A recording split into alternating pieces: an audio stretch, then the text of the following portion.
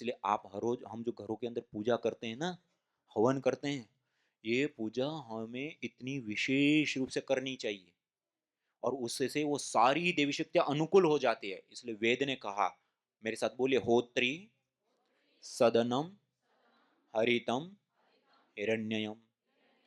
होत्री मानी हवन करता, हवन करने वाला। सदनम, सदन कहते हैं भवन को, घर को। किसको कहते हैं? घर को सदन कहते हैं संस्कृत भाषा में। जिस घर में प्रतिदिन हवन होता है, यज्ञ होता है, वो घर देवालय शिवालय हो जाता है। वहां देवी शक्तियों का वास होता है, वहां सारी देवी शक्ति आती है।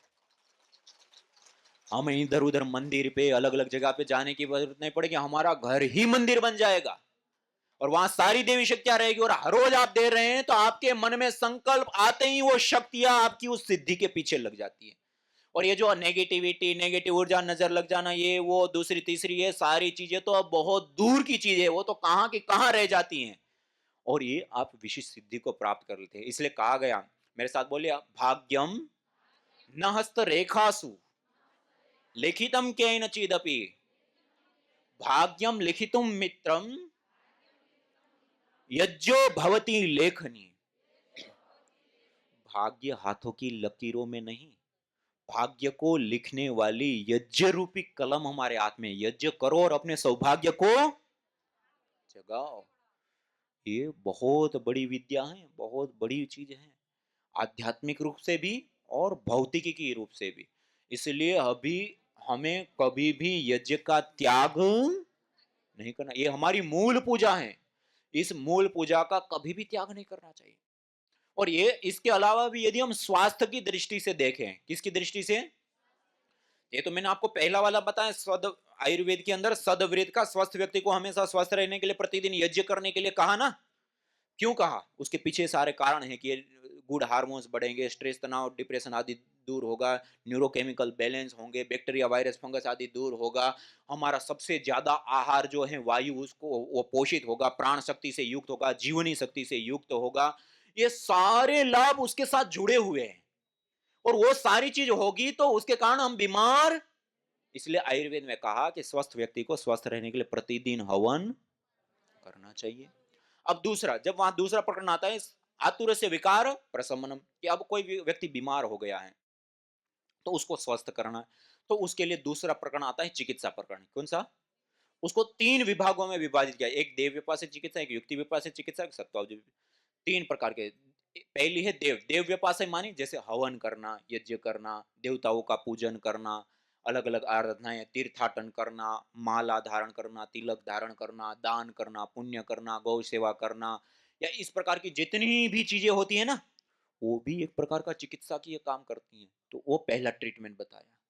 फिर दूसरा युक्ति व्यापार। युक्ति व्यापार से मानी युक्ति लगा दें, तो वात बढ़ा है, पित्त बढ़ा है, कब बढ़ा है, किस कारण क्या बढ़ा है, फिर कौन सी दवाई दी जाए, कितनी मात्रा में दी जाए, कौन कौन सी टेबलेट कितनी मात्रा में, खाने से पहले दी जाए, खाने के बाद अनुपान क्या दिया जाए, खान पान क्या दिया जाए, ये सारा युक्ति पूर्वक जो दिया जाता है वो दूसरी प्रकार की चिकित्सा। और तीसरा चीर फाड़ आदि करके, ऑपरेशन आदि करके जो चिकित्साएं की जाती हैं, वो तीसरी प्रकार की चिकित्सा। तीन प्रकार की चिकित्साएं, चिकित्सा से बीमार व्यक्ति को संपूर्ण आरोग्य दिया जाता है। तो इसमें जब पहली चिकित्सा, जब देव्यपा से चिकित्सा की जब बात आती है तो वेद बताता है। मेरे साथ बोलिए सब लोग, ये वेद मंत्र, यदि क्षितायुर यदि वा परेतो यदिर मृत्योरंतिकम नित एव तमा हरामि निर्ऋते उपस्थानात् अस्पार्शमेनम सतसारदाय। इस वेद मंत्र के अंदर कहा कि जिस व्यक्ति की आयु क्षीण हो गई है, उनकी धातु क्षीण हो गई, उनकी प्राण शक्ति क्षीण हो गई है, अब लंबी आयु नहीं दिख रही, मृत्यु और अंतिकम, मृत्यु के अंतिम स्थिति में है, तवा हरामी नित्य रूपस्थान अस्पर्श में सदर, उसको भी मैं यज्ञ बाहर लाता हूँ और 100 साल की निरोग आयु प्रदान करता हूँ। यह वेद बोल रहा है, यज्ञ के माध्यम से 100 साल की निरोग आयु प्रदान करने का। ऐसे ही आयुर्वेद के अंदर, आयुर्वेदेशु यत् प्रोक्तम यस्य रोगस्य भेषजम तस्य रोगस्य शांत्यर्थम तेन तेनेव होमयेत। आयुर्वेद का एक बहुत बड़ा ग्रंथ है, उसके अंदर ये विस्तार पूर्वक वर्णन बताया गया कि आयुर्वेद में जिन रोगों के समनार्थ जिन औषधियों का सेवन किया जाता है, उन्हीं रोगों के समन के लिए उन औषधियों से हवन करने से वो रोग ठीक हो जाते हैं, दूर हो जाते हैं, नष्ट होते हैं। यया प्रयुक्त्या चेष्ट्या राजयक्ष्मा पुराजित ताम वेद विहिताम इष्टिम आरोग्यार्थी प्रयोजयेत। जब बीमारी की अवस्था बढ़ चुकी है, बिगड़ चुकी है, अलग अलग प्रकार की दवाएं, औषध आदि सारी चीज करने के बाद भी अब वो रोग कंट्रोल में नहीं आ रहे, काबू में नहीं आ रहा है, ठीक नहीं हो रहा है, तो क्या करें? तो आयुर्वेद कहता है जैसे प्राचीन काल में वेद विहित यज्ञ का अनुष्ठान करके बीमारियों को ठीक किया जाता था, उसी प्रकार से यज्ञ से ठीक करे। कब? जब अब कोई औषध काम नहीं करे, पूरी अवस्था बिगड़ चुकी है। तो सामान्य बीमारी तो ठीक होगी ही होगी, जब ऐसी अवस्था की बीमारियां ठीक हो, आयुर्वेद कह रहा है, वेद कह रहा है। और ऐसे सैकड़ों प्रमाण है। एक पतंजलि की विशेष पुस्तक है यज्ञ योग आयुर्वेद चिकित्सा, वो आपको नीचे वहां पर मिल जाएगी, अभी स्टॉल लगेगा वहां। यज्ञ योग आयुर्वेद चिकित्सा बुक आपको दी गई है ना, उसके अंदर हमने कई सारे शास्त्रों का सार दिया है, जो यज्ञ चिकित्सा और यज्ञ के विषय में जो महत्वपूर्ण डिटेल जानकारियां हैं वो सारी उसमें दी। आप देखेंगे, पढ़ेंगे, बहुत बड़ी मात्रा में विशेष रूप से हमारे शास्त्र उसका प्रतिपादन करते हैं। और उसी के आधार पे अपने यहाँ पतंजलि रिसर्च फाउंडेशन में कई सारे अलग अलग शोध अनुसंधान किए गए, और उन अनुसंधानों से पाया गया, उस शोधों से पाया गया कि हवन करने से, यज्ञ करने से, अग्निहोत्र करने से कई सारी प्रकार की बीमारियां हम ट्रीट कर सकते हैं, ठीक कर सकते हैं। उसी के अंदर आपके पास जो बुक है उसमें एक प्रकरण दिया गया है, यज्ञ चिकित्सा प्रकरण। वहां पर उसमें आप देखेंगे तो आज वर्ल्ड में पहली बार क्या, जैसे कोई भी बीमारी होती है तो उसके लिए जो मेडिसिन की खोज होती है, तो एविडेंस बेस्ड मेडिसिन का निर्माण किया जाता है, सेल एंड कल्चर से लेकर के ह्यूमन ट्रायल तक की ड्रग एंड डिस्कवरी की पूरी चैनल को फॉलो करके और मेडिसिन को तैयार किया जाता है, और उसके अंतरराष्ट्रीय लेवल पर रिसर्च पेपर प्रकाशित किए जाते हैं। ऐसे ही ये जो आपके सामने अलग अलग जो हवन सामग्री ये डिब्बों में रखी है, ये डिब्बे तो अलग अलग हैं, एक जैसे दिख रहे हैं, लेकिन ये सारी की सारी अलग अलग वर्ल्ड में पहली बार परम श्रद्धेय गुरुजी महाराज और आचार्य श्री जी महाराज के अथक पुरुषार्थ से एविडेंस बेस्ड मेडिसिन के तौर पे रोगानुसार हवन में होने वाली हवन सामग्रियां हैं, कि इस सामग्री से हवन करेंगे तो उससे निकलने वाला जो धुआं है, क्या है? धुआं है। उस धुएं के अंदर उस बीमारी को ट्रीट करने वाले, उस बीमारी को ठीक करने वाले जो एक्टिव मेडिसिनल कंपोनेंट्स हैं, वो गैस फॉर्म में वायु में आ जाते हैं। कहां आ जाते हैं? गैस फॉर्म में वायु में आ जाते हैं। हमारा सबसे ज्यादा और इंपॉर्टेंट आहार क्या है? वायु है। 24 घंटे लेते हैं, ज्यादा बीमार हो जाते तो घर में ही रहते हैं। हम जब इस सामग्री से हवन करते हैं तो उस वातावरण के अंदर ही वो मेडिसिनल कंपोनेंट्स आ जाते हैं। क्या हो जाते हैं? वातावरण के अंदर आ गए। अब 24 घंटा जब हम श्वास लेते हैं तो हर श्वास के साथ वो हमारे शरीर के अंदर इंजेक्ट होते हैं, और एक एक शरीर की कोशिका तक पहुंचते हैं, और सामान्य रोगों से लेकर के बड़ी बड़ी बीमारियों का ट्रीटमेंट भी अच्छी प्रकार से इस हवन सामग्री से हो जाता है। कई बार ऐसा होता है ना कि हम दवाई खा नहीं पाते, खाते हैं तो आंतें अब कितनी काम करती है, जितनी पचाएगी उस आंतें उसको अवशोषित करेगी, उतनी तो दवाई शरीर में लगेगी। लेकिन ये ऐसी दवाएं हैं कि आप अग्नि के अंदर आहुत करो, गैस फॉर्म में वायु में आ गया, और श्वास के माध्यम से पूरे शरीर तक पहुंचता है, और ऐसी विशेष रूप से का प्रभाव देता है कि जिनकी हम कल्पना भी नहीं कर सकते, ऐसे रोगों को भी वो ट्रीट कर देता है, ठीक कर देता है, बीमारियों को वो कर देता है। तो श्वास के माध्यम से फिर वो ऋण आवेशित कण बढ़ गया तो वो बॉडी को वैसे ही अल्कलाइन करेगा। ब्लड सेरोटोनिन बढ़ गया, उसके कारण से भी हमारी बीमारी को दूर करता है। न्यूरोकेमिकल को बैलेंस करता है, उसके कारण भी बीमारी ठीक होती है। सुगंधित सूर्य भी आती है, उससे स्ट्रेस हार्मोन्स डाउन होते हैं, गुड हार्मोन्स बढ़ते हैं, उसके कारण भी बीमारी ठीक होती है। ऐसे कितने सारे कारण हैं जिस कारण से यज्ञ हमारे शरीर की बीमारियों का अंत कर देता है, और जो प्रतिदिन हवन करता है उसके जीवन में तो कभी कोई रोग होगा ही नहीं। इसलिए ये बहुत बड़ी औषध। और मैं आपको इसका थोड़ा परिचय कराता हूं। जैसे संत तेष्टि हवन सामग्री है, कौन सी?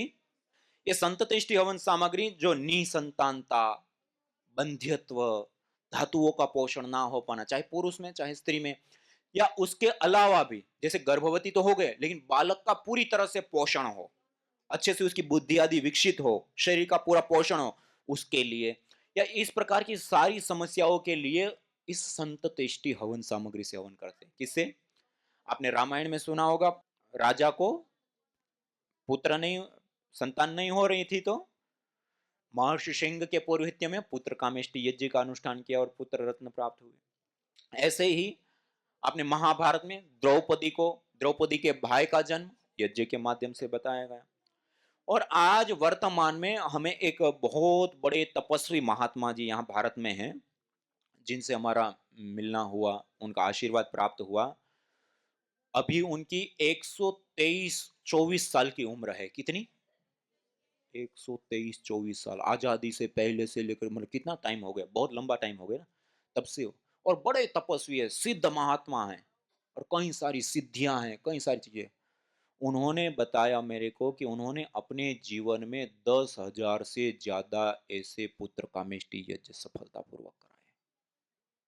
10,000 से ज्यादा ये जो यज्ञ है उससे। और मैं अपनी कुछ आपको घटना, जैसे हमारा एक मुंबई में एक सेंटर है, वहां पर एक माता जी आई, करीब 40 वर्ष की उम्र थी।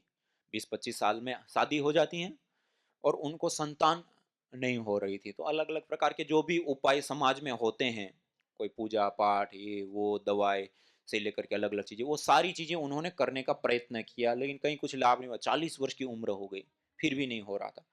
उस समय उस बहन को यज्ञ करने के लिए कहा। क्या कहा? हवन करने के लिए कहा। उनको जो अपना देव यज्ञ आप कर रहे हैं वो सिखाया, बताया, वो करना शुरू कर दिया। करते करते करते करते 1 साल बीत गया। 41 वर्ष की उनकी उम्र हो गई। और उसके बाद जो अपने यहाँ पंचकर्मा, सटकर्मा आदि जो क्रियाएं होती है, शरीर की शोधन की क्रियाएं, वो क्रियाएं कराई। वो क्रिया कराने पर, शोधन की क्रिया कराने पर उनका 41 वर्ष के बाद मासिक आदि शुरू हो गया। 3 महीने के बाद वो प्रेग्नेंट हुई। 9 महीने के बाद डिलीवरी हुई, और परमपिता परमात्मा ने 2 जुड़वा संतान, एक बेटा और एक बेटी दी 41 वर्ष के बाद। ये हमने आंखों के सामने देखी घटना में बता रहा हूं। और ऐसी ये एक घटना नहीं, ऐसी सैकड़ों घटनाएं हैं। जी, कई बार तो ऐसा होता है ना कि अब बालक पूरी तरह से पोषित नहीं हो पाता है, गर्भ में ही सूख जाता है, गर्भ सूखना बोलते हैं उसको, पूरा विकसित नहीं हो पाता। पुणे की एक माता जी थी, उनको ऐसा ही हो रहा था। उनको भी ये कराया, ठीक हो गया, वापस बालक पूरी तरह से गर्भ पोषित होने लगे और पूरी तरह से ठीक हो गया। और ऐसी अलग अलग प्रकार की कितनी सारी घटनाएं हमने देखी। और ये जो घटनाएं मैं बता रहा हूं ना, ये इसी के ऊपर हमने क्यूआर कोड दिया, क्विक रजिस्टर रिस्पॉन्स कोड। इसको आप सर्च करेंगे तो एक यूट्यूब चैनल आता है, आप वैसे भी लिख लीजिए यज्ञ दर्शन। क्या?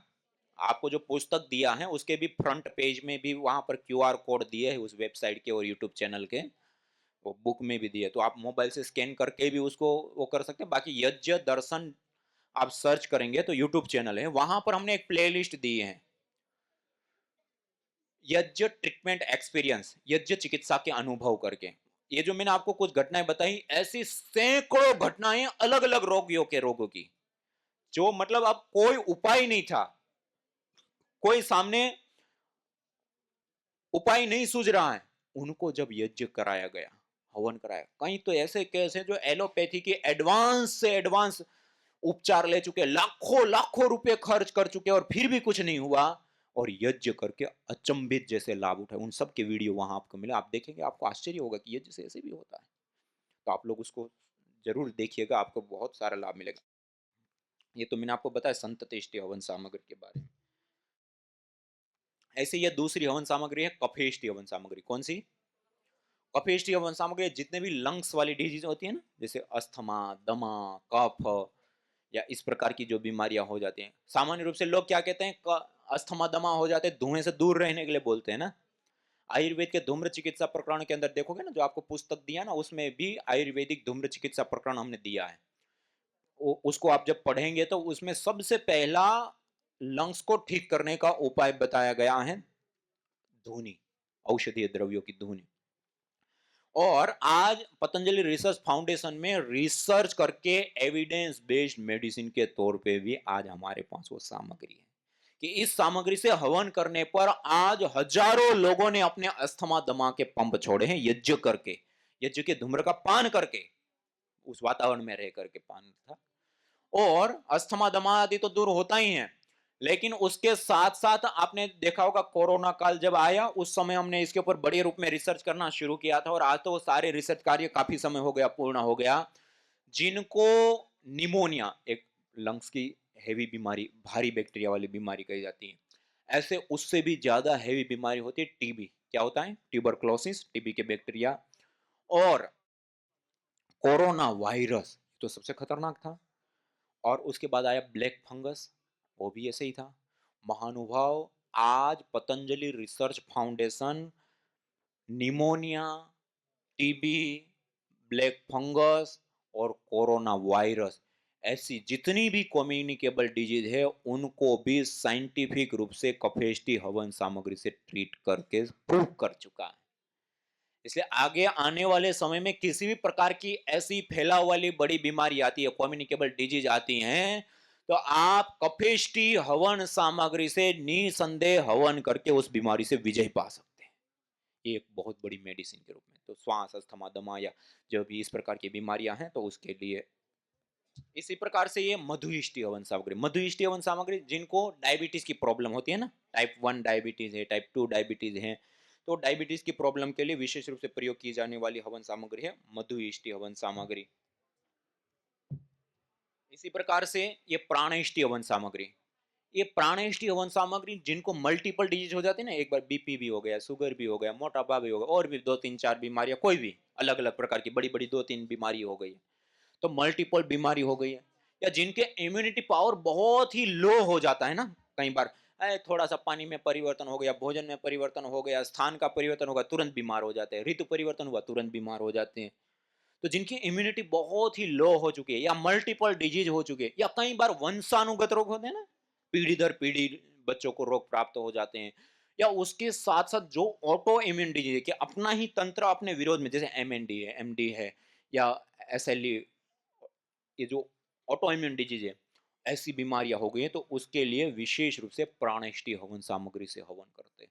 मैं आपको एक उदाहरण बताऊं प्राणेष्टि हवन सामग्री का। हमारी एक बहन वनीता भारत के बेंगलुरु में रहती है, और उसको आपने MND, MND motor neuron disease, वो एक ऐसी होती है कि हमारे मस्तिष्क के जो न्यूरॉन्स होते हैं वो काम करना छोड़ देते हैं, जिसके कारण से जिस शरीर के जिस पार्ट के न्यूरॉन्स यहाँ काम करना छोड़ दिए, शरीर का वो पार्ट काम नहीं करता है।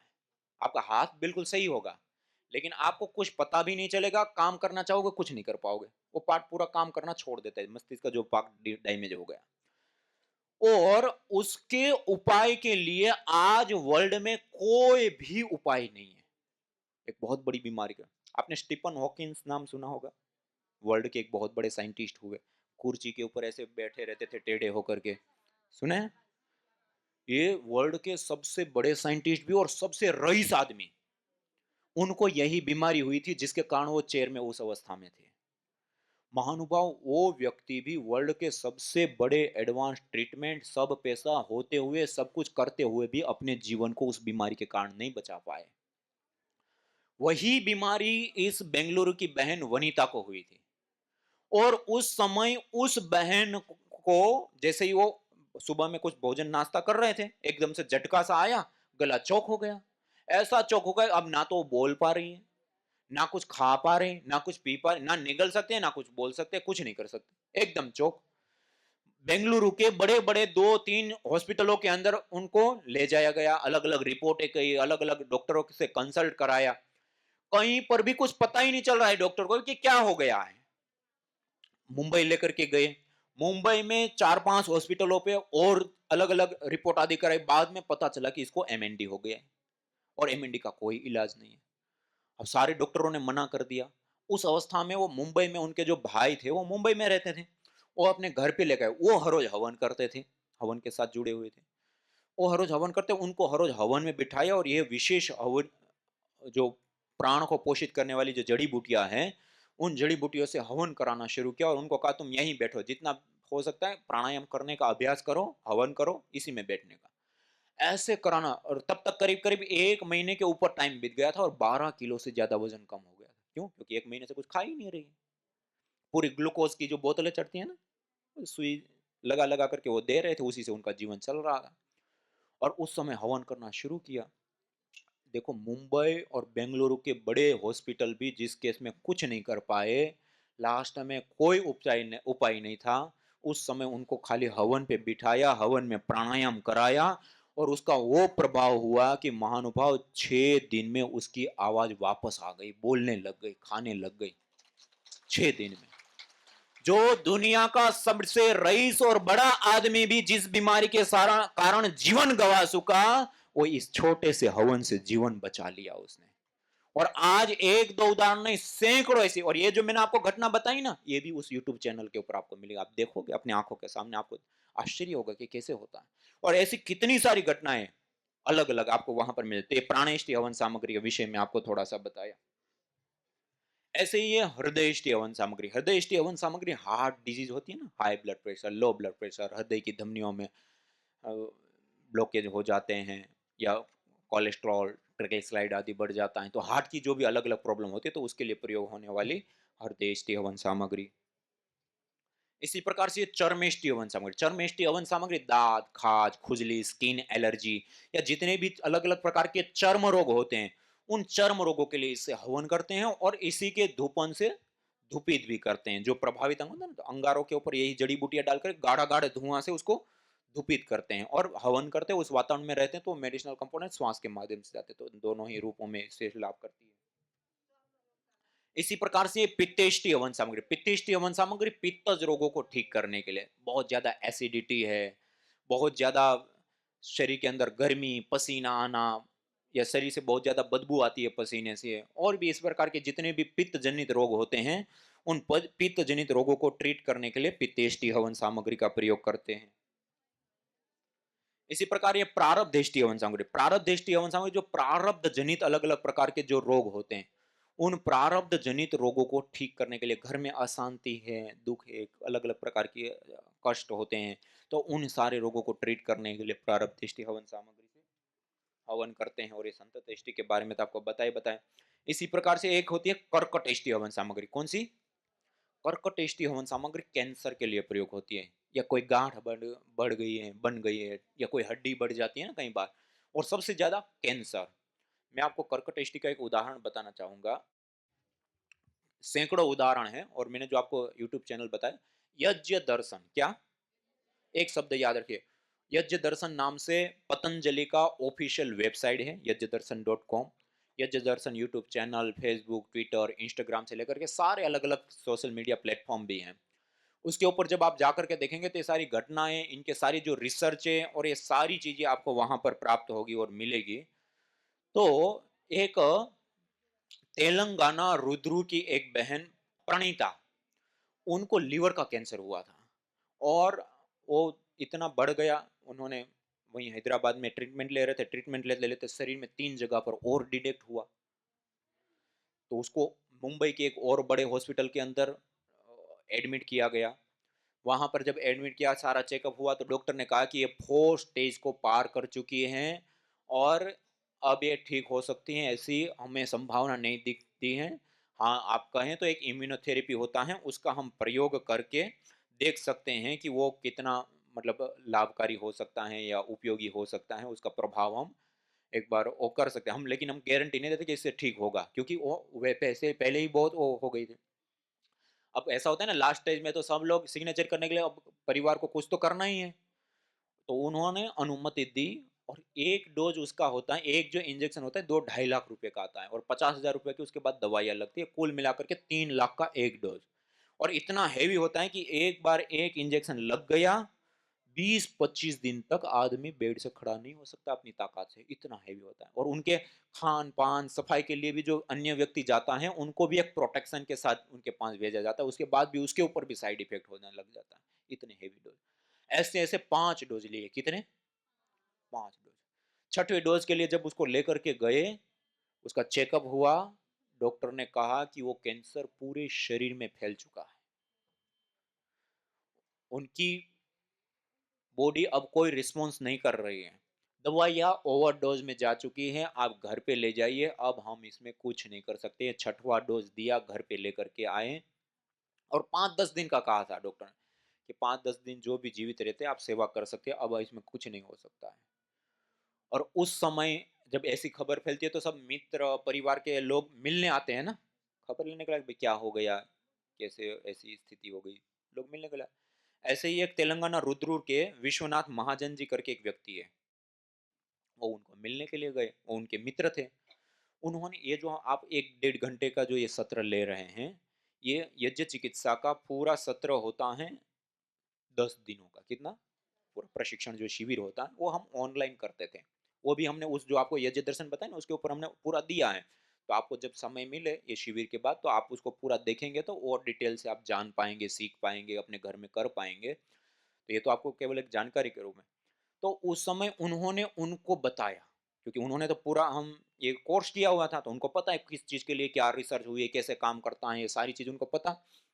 उन्होंने उनको प्रेरित किया। तो उन्होंने समझा कि इसे क्या हो जाएगा, इतना लाखों रुपए खर्च कर दिया, एडवांस लेवल की मेडिसिन और ये सब चीज़ कर लिया, फिर भी कुछ नहीं, तो इससे क्या हो जाएगा? ऐसे समझ करके उन्होंने कुछ इतना वो रिस्पॉन्स नहीं दिया। तो इनको पता था, इन्होंने बार-बार कहा। फिर उन्होंने कहा चलो कुछ हुआ, नहीं हुआ।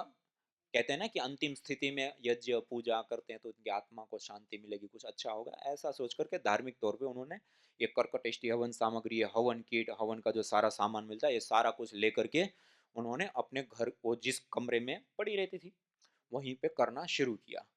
और महानुभाव वो आश्चर्यजनक घटना घटी।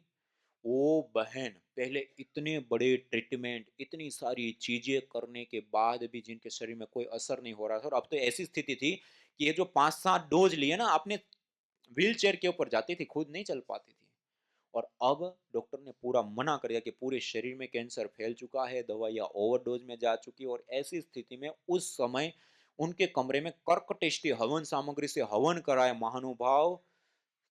छठे दिन वो बहन खड़ी हो गई बेड से, छठवें दिन। फिर एक परिवार को एक पूरा उत्साह मिला, एक संबल मिला। उन्होंने एक एक घंटा सुबह और शाम दोनों टाइम हवन करना शुरू कर दिया, एक एक घंटा गायत्री मंत्र, महामृत्युंजय मंत्र से बार बार आहुतियां कर करके। 15 एक दिन हुए, उनके अंदर इतनी शक्ति आ गई वो एक्टिविटी कर सकते। उनको कहा खूब प्राणायाम करो उस वातावरण के अंदर, और बहुत अच्छे से उन्होंने प्राणायाम किया। और महानुभाव 6 महीने के अंदर अंदर जो उनके पूरे शरीर में कैंसर फैल चुका था वो पूरी तरह से क्योर हो गया।